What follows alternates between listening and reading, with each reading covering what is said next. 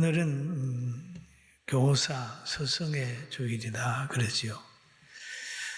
좋은 스승을 만나면 좋은 제자가 생겨나고 또 잘못 가르치게 되면 잘못된 사람이 생겨나는 겁니다.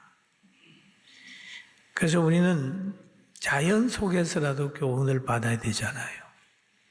저 숲속에 그 사자는 새끼에게 뭘 가르칠까요? 사냥하는 것을 가르칩니다. 원숭이는 나무에 오르는 것을 가르치겠지요. 그러면 양은 뭘 가르칠 것 같습니까? 사자는 사냥을 잘해야 살고 또 띠뛰기 잘하는 것은 강적을 만나면, 맹수를 만나면 도망을 잘 가야 생명이 보존되지요. 그럼 양은 우리에 거하게 되고 목자를 찾아 만나야 됩니다. 그럼 우리는 저 세렝게티 초원 같은 이 세상에서 여러분과 저는 이리의 반열도 아니고 사자의 반열도 아니고 코끼리의 반열도 반열에 서는 것도 아니에요. 우리는 예수님 말하는 대로 양입니다. 독이 없어요. 이빨도 없고 악하지 못해요. 그 악하지 못한 우리가 보호받는 것은 우리를 예거하게 되고 목자를 찾아야 보호받아요. 할렐루야. 믿습니까? 어려울 때 교회를 찾아야 돼요. 힘들 때 예수님 앞에 기도해야 돼요. 이렇게 할 때에 마음의 평강이 있고 하나님의 능력으로 보호를 받을 수가 있습니다. 그리고 이 세상에는 절대 기준이 없습니다. 세상에는 많은 사람이 주장하면 그게 옳다고 얘기를 하죠. 자기 생각이 다 옳은 거예요. 세상 사람들은. 그러니까 의견 대립하고 싸우고 충돌하고 분노하고 좌절하고 그러는 거예요. 다 어둠 속에 있기 때문에 자기가 옳다고 그러는 겁니다. 그러나 우리에게는 뭐가 있냐? 절대 진리가 있어요. 할렐루야. 그게 성경입니다. 이거는 시대가 변하고 세월이 가도 1.1핵이라도 변함이 없이 유지되고 고쳐지지 않는 거예요. 그러니까 왜 그리스도인들이 때로는 이거는 하면 안 된다 얘기를 하잖아요. 왜 그럴까? 절대 기준을 가지고 있으니까 분별이 빨리 되는 거예요. 이렇게 가면 10년, 20년 후에 어떻게 되겠다? 라고 하는 먼 훗날을 내다보기 때문에 먼저 이 얘기를 한 거예요. 바울 사도가 죄인 되어서 로마로 압송될 때에 그런 얘기를 하죠. 선장과 선주와 백부장 앞에서 이번 로마로 가는 항해가 가다가 보면 풍랑을 만날 겁니다. 그러니까 항해에 많은 경험을 했던 선장도 갈 수 있다. 또 결정을 내릴 만한 거기에 있는 호송하는 그런 군인도 갈 수 있다. 선주도 갈 수 있다. 가자. 해서 바울은 가면 어려움 당한다고 하고 그 모든 사람들은 그만 자기들이 결정해서 가다가 큰 유라굴로 풍랑을 만나서 죽을 고생을 하고 배도 다 깨어지고 물건도 다 버렸잖아요. 그런 것처럼 그리스도인들 기도하는 사람은 미래를 보기 때문에 동성애는 안 돼. 공산주의는 안 돼. 종교 탄압은 안 돼.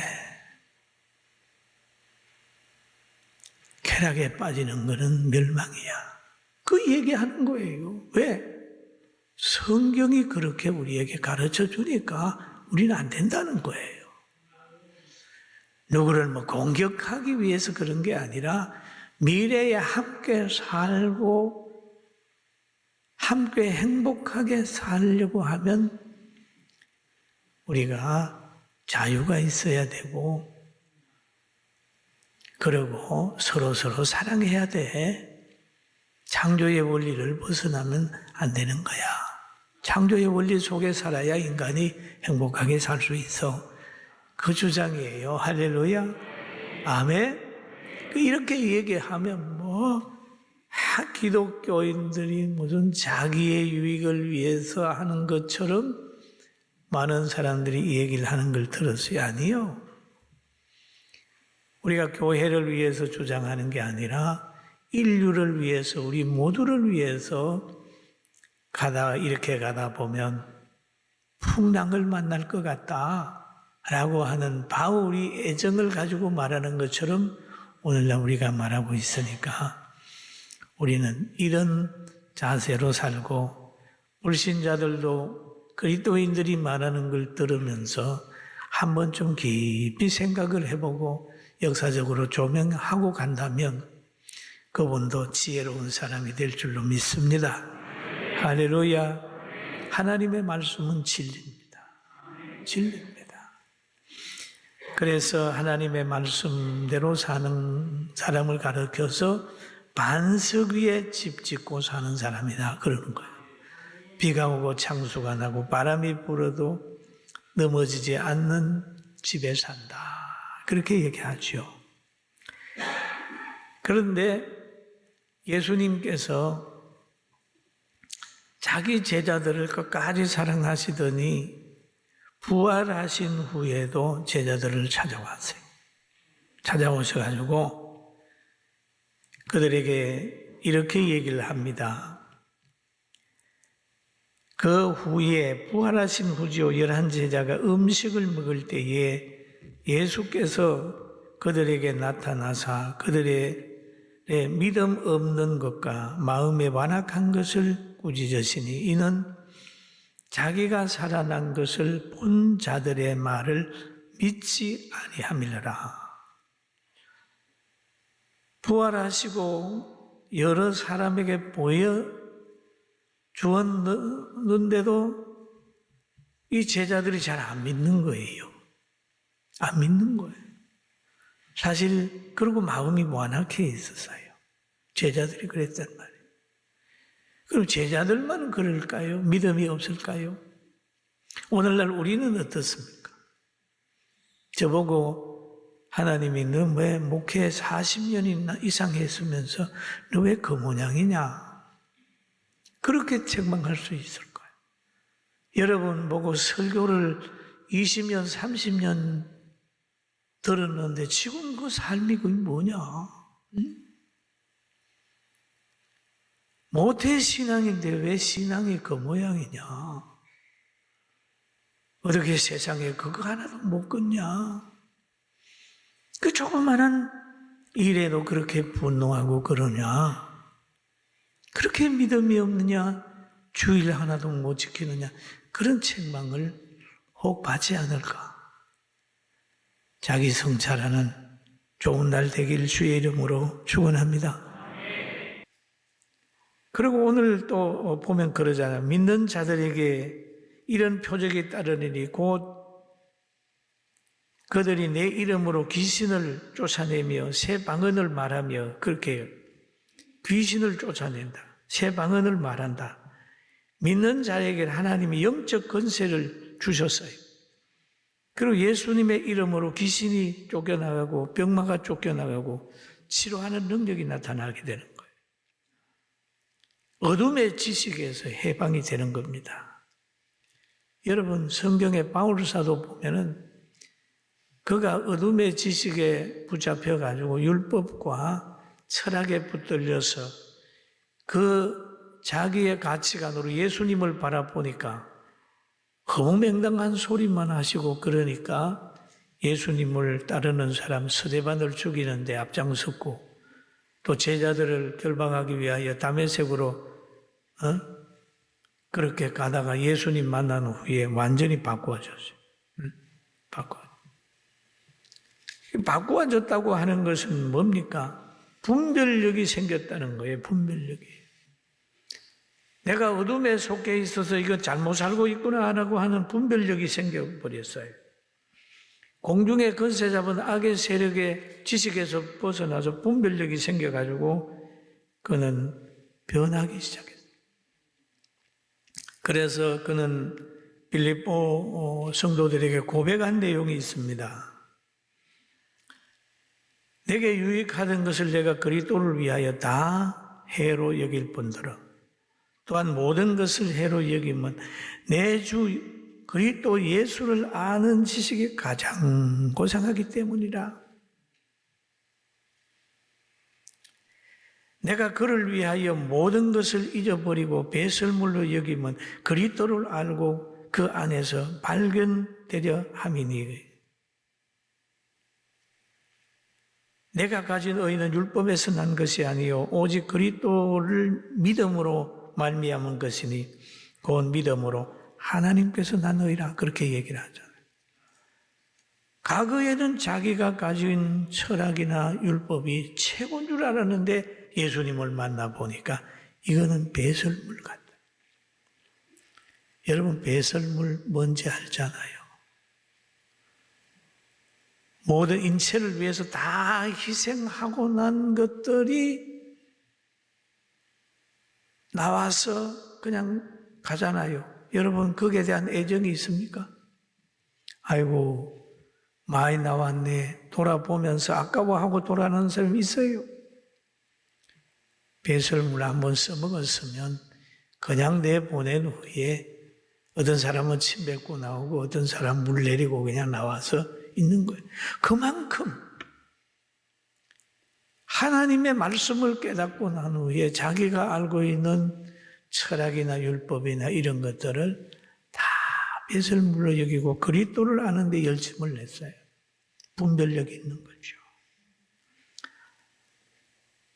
믿기 전에는 그걸 위하여 시간을 투자하고 그거를 세우기 위하여 의를 대적했는데 분별력이 생기고 나니까 그만 배설물과 가장 고생한 건 비교가 되는 거예요. 비교가 돼요. 여러분 이 성경책은요 서재에 몇만 권 되는 책보다 이게 진리예요. 할렐루야. 그런 거예요. 결국 큰 책을 보고 있다가도요 그 중에 한 권을 선택해서 나오라 그러면 성경책 한 권 들고 나와. 성경책. 그러나 그런 사람은 분별력이 생겼다는 거예요. 할렐루야. 여러분들도 그런 분별력을 합니다. 그리고 오늘은 무슨 날입니까? 오늘은 교사주일 아니에요? 스승의 주일 아니에요? 우리는 이 날을 통하여 다시 한번 깨달아야 돼요.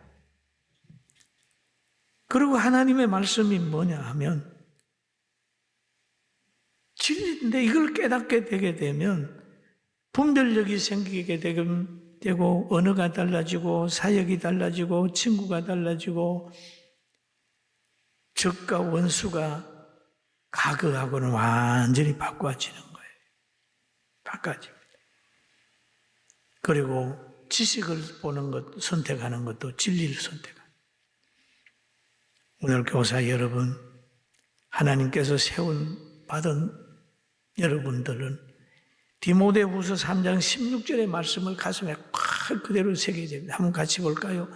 모든 성경은 하나님의 감동으로 된 것을 교훈과 책망과 바르게 함과 의로 교육하게 하여 이는 하나님의 사람으로 모든 선언을 행할 능력을 가지고 아멘. 선한 능력을 어디에서 가질 수 있느냐? 어디에서 지혜를 얻느냐? 성경에 있는 거예요. 성경에. 이 하나님의 말씀이 사람을 변화시키고 사람을 새롭게 합니다. 또 사람이 어둠의 권세를 이길 수 있어요. 그리고 여기에 보니까 믿고 새 방언을 말하며, 새 방언은 믿는 사람의 언어인데요. 믿는 사람은 할 수 없다 소리 안 해요. 하나님이 하면 하실 수 있어요. 기도하면 하나님 응답하세요. 감사합니다. 기도합니다. 기뻐합니다. 그 소리가 항상 새로운 방언으로 우리에게 나오게 되는 건데, 믿는 사람의 언어가 있기를 주의 이름으로 축원합니다. 그리고 오늘 또 성경에 보면 그러잖아요. 뱀을 집에 올리며 무슨 독을 마실지라도 해를 받지 아니하며 병든 사람에게 손을 얹은즉 나으리라 그랬습니다. 뱀을 집에 올리며, 뱀의 지식에 현혹되지 않습니다. 뱀의 지식을 분별을 하게 되는 거예요. 오히려 그 뱀을 집어 올릴 수 있는, 지배할 수 있는 그런 가치관이 생기는 거예요. 여기에 저는 그런 말을, 무슨 독을 마실지라도라고 하는 말을 제가 생각을 해봅니다. 여러분, 마시는 것만 생각이 듭니까? 무슨 독한 말을 들을지라도. 마시는 것도 중요하지만 듣는 독한 말을 들어도 사람이 해안받습니다. 과거에 제가 당정동에서 빨간백돌에서 목회를 할 때 어떤 아기 어머니가 아기를 얻고 교회를 나왔어요. 평일에 교회를 나왔어요. 나와서 기도하러 왔다고 기도를 하고 있는데, 마치고 제가 만나가지고 어느 교회 다닙니까? 하고 쭉 물어봤더니 수유리에 있는 어디 메아리 지나서 다닌다고. 하고 애기 얻고 갑니까? 그랬더니 남편이 못 가라 그랬는데 저는 그 교회를 갔다 와야 편하다고. 왜 그렇습니까? 물었더니 그 교회에 어떤 분이 그랬답니다. 당신 이 교회 나오지 않으면 저주받아. 자기 그 교회만 나와야 복을 받지, 너희 교회 들어오면 저주받는다고. 그 말에 가슴에 꽉 박혀가지고 주일날이 되면 땀을 흘리면서라도 아기를 얻고, 얼마나 뭡니까 여기에서.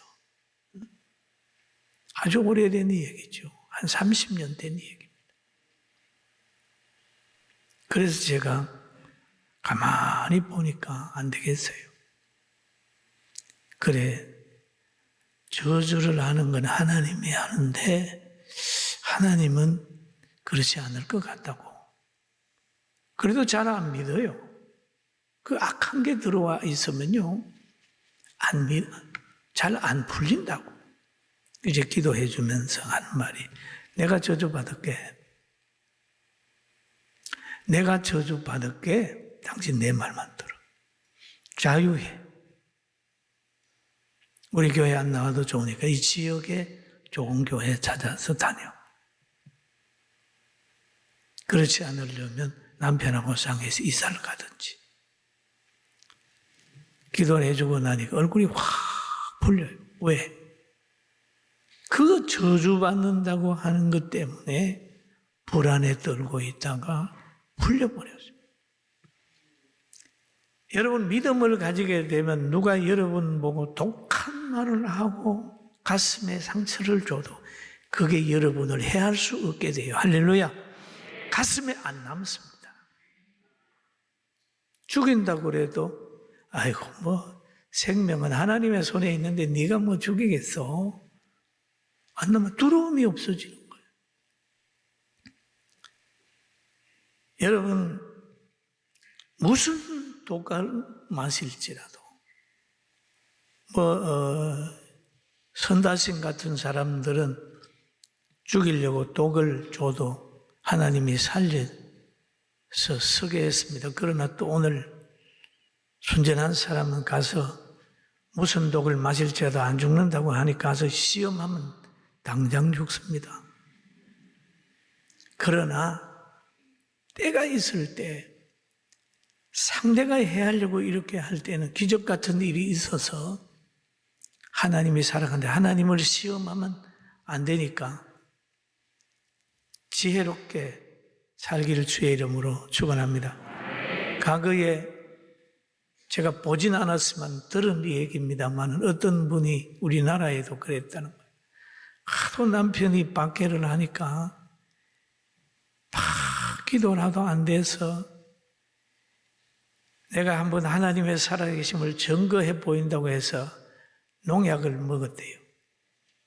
왜? 금식하고 하나님의 살아계심을 증명해 주려고 농약 먹고 죽었다는 거예요. 무슨 독을 마실지라도 해함을 받지 않는다고 하는 그 시험하는 거기 때문에 아니요. 분별력을 가지고 들으시고 오늘은 어떤 악독한 말을 어떤 게 있다 할지라도 여러분 가슴에서 자리 잡지 않는 것은 믿음을 가지고 있을 때 가능합니다. 할렐루야. 그런 거예요. 또 여기에 보게 되면은 병든 사람에게 손을 얹은즉 나으리라. 치유의 은혜. 바울 사도도 그렇고 초대교회도 그렇고 우리 교회도 그렇고 보면 병든 사람들이 왔다가 기도받게 되니까 낫는 거 많이 경험했어요. 엄청 많이 경험했어요. 그게 뭐냐? 복음을 잘 전하기 위하여 하나님께서 믿는 사람에게 주신 은혜입니다. 할렐루야. 여러분에게도 주신 것이고 저에게도 준 거고 체험한 사람들이 너무 많습니다. 그리고 하나님께서는 여기에 보니까 가서 복음을 전하라 라고 얘기를 했는데 복음을 전하는 제자들이 와서 복음을 전하게 되니까 또 교회가 세워지고 그 교회를 세우기 위해서 하나님께서는 교회 안에도 직분을 주셨는데 에베소서 4장 11절 12절에 보면 이런 직분들이 있습니다. 우리 같이 한번 읽어볼까요? 그가 어떤 사람은 사도로, 어떤 사람은 선지자로, 어떤 사람은 복음 전파하는 자로, 어떤 사람은 목사와 교사로 삼았으니 성도를 온전케 하며 봉사하는 일을 하게 하고 그리스도의 몸을 세우려 하소. 아멘. 그리스도의 몸을 세우게 하기 위하여 이런 직분들을 다 줬어요. 집사님도 세우고 장로님, 권사님 다 세웠어요. 세움을 입은 사람들은 뭘 전해야 되느냐? 예수 그리스도가 하나님의 아들이며 구주며 또 신앙을 깨우치는데 진리를 잘 전하고 실천해서 여러분의 삶, 우리 모든 사람의 삶이 아름답게 되기를 주의 이름으로 축원합니다.